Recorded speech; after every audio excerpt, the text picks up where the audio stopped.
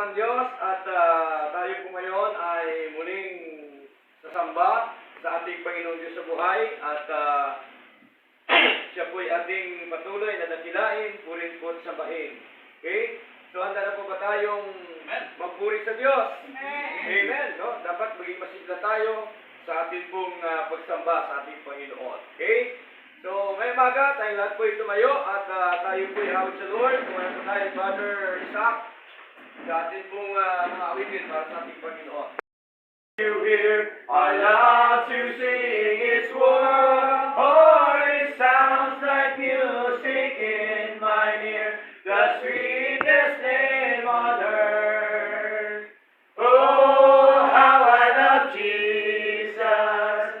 Oh, how I love Jesus. Oh, how I love Jesus, because He first